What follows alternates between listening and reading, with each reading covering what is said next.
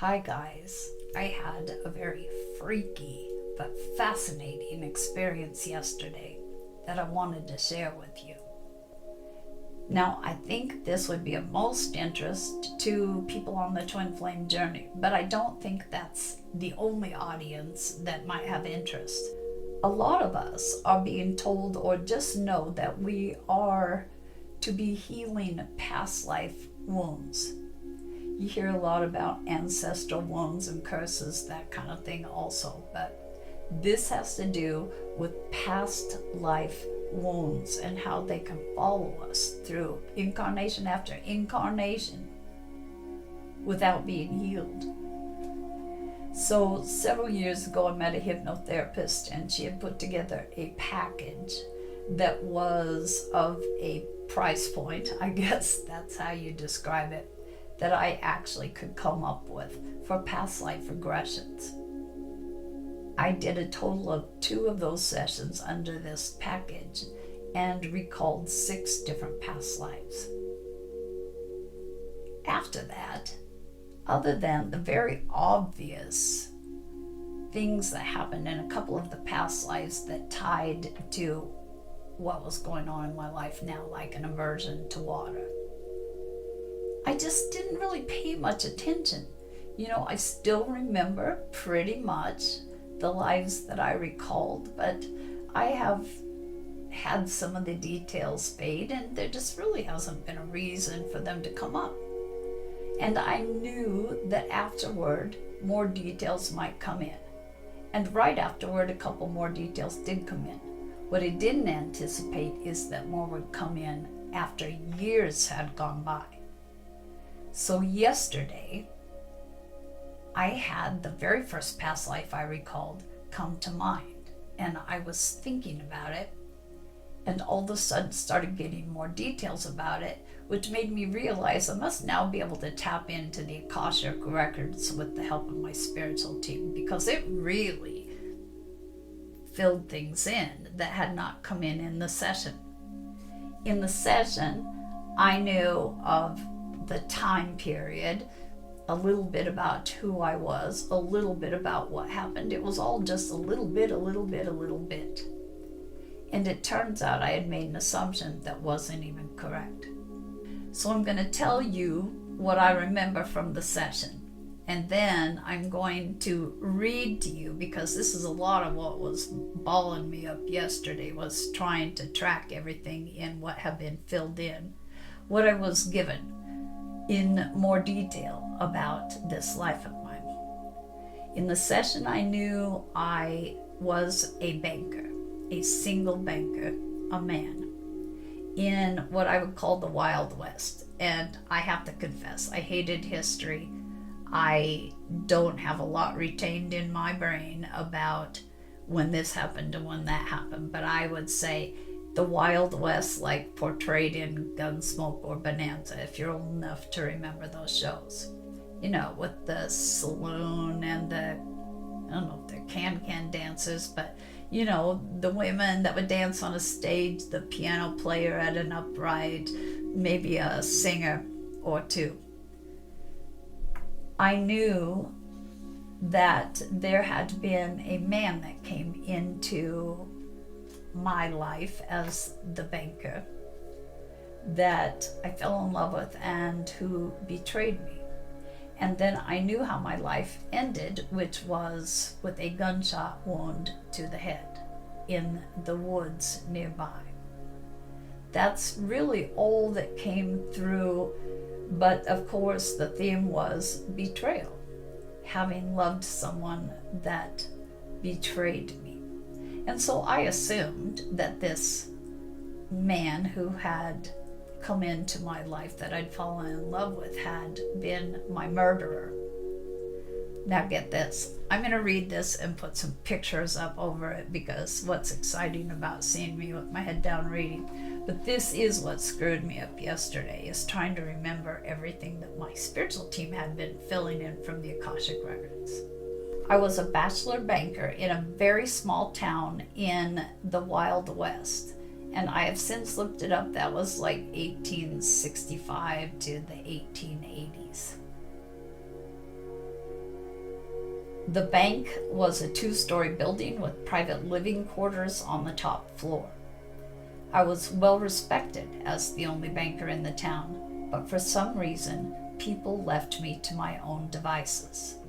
I was a very friendly man, and I could never understand why people didn't want to develop friendships with me and merely kept it professional.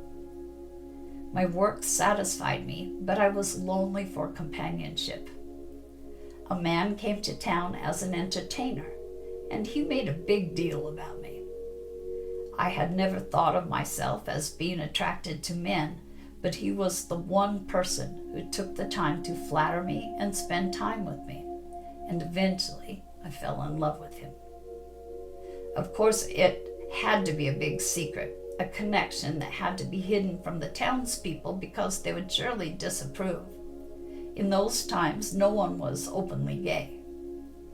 The entertainer was charismatic, persuasive with words, so handsome and charming. I let him have the run of my quarters above the bank. I trusted him.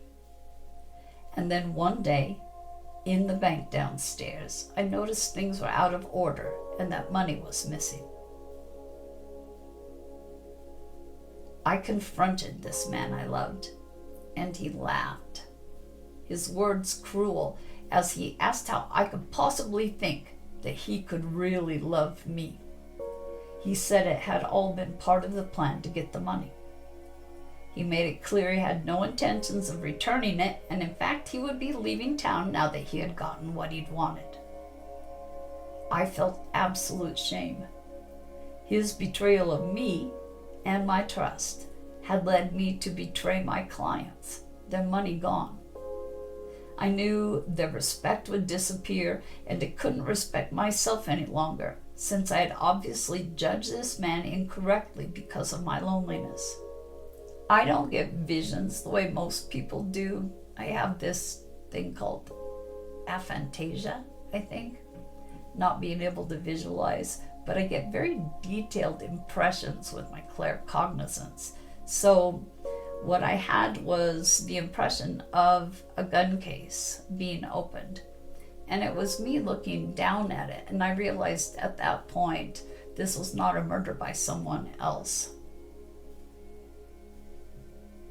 I could not see past my shame and my sorrow.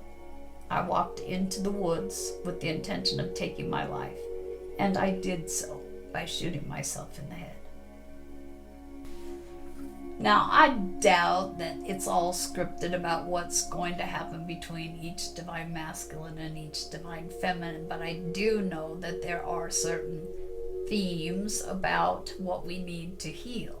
You know, the abandonment wounds, rejection, people pleasing, lack of trust in ourselves, I realize now. There are certain things we're all supposed to finally confront and heal. When we look at the similarities between the common triggers in the twin flame journey and what happened in this banker's life, my life, we can see why so much of what has happened in this life happened the way it did.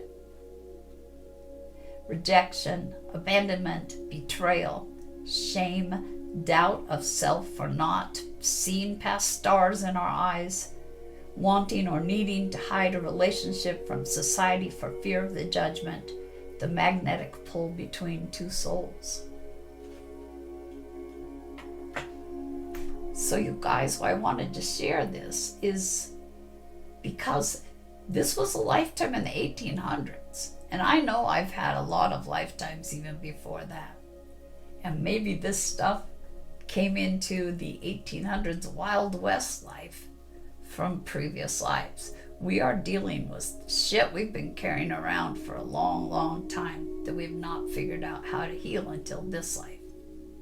And for those of us that have twin flames, all this was probably laid out as what needed to be triggered for each other. These things that we had yet to triumph over or to heal. I can't really give you the answer as to how to heal everything because it's going to be different with each person, what would work best for them. But these are things that need to be addressed, and there also could be vows or oaths that we need to revoke or rescind. I'm trying to think what would be a vow tied to this stuff. I vow that I will never again rely on my own intuition because it didn't serve me, and I'm not going to make the same mistakes again. Or, let's see, I vow that I will never allow myself to love anyone the way I have loved in this life because I don't ever want to experience hurt like that again. I do know that we can revoke vows, rescind them, cancel, clear, delete, however you want to look at it, very simply by just saying that. I revoke, rescind, yada, yada, yada. But if you feel like you have come to this big halt and nothing's happening and you haven't accomplished anything, well, yeah, you'll give yourself credit for the things you have healed, but man, nothing's coming together, you must be screwing something up. No. You are still dealing with wounds from not just this life, but from other incarnations. And obviously, if it's following you life after life, it's a challenge. You're up against something very hard. And in this life, you're lucky enough to have your twin who agreed to trigger what needed to be triggered, that had been stubbornly refusing to be healed in all this time before. So give yourself a pat on the back for all you have accomplished. Don't get discouraged. Know that it may feel like things aren't working in this life, but you're actually healing things from other lives. You're not wasting your time. It'll all pay off.